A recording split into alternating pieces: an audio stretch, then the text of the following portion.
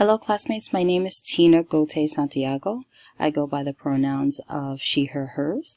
The program that I am currently enrolled is Masters in Educational Leadership, and I am taking a course EDF 6432, Foundations of Educational Measurement. I am currently teaching at a DoDEA school, working with students pre-K through 12, and I have a background of over 20 years of human resource management experience, and I hope to continue to share and learn as we go through the course together. What do I truly believe why students are assessed or tested and measured? I believe that what gets measured can be improved.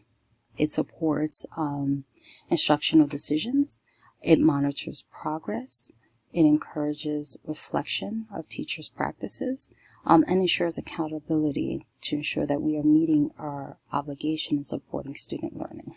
Thank you so much. I look forward to the rest of this term. Have a good day.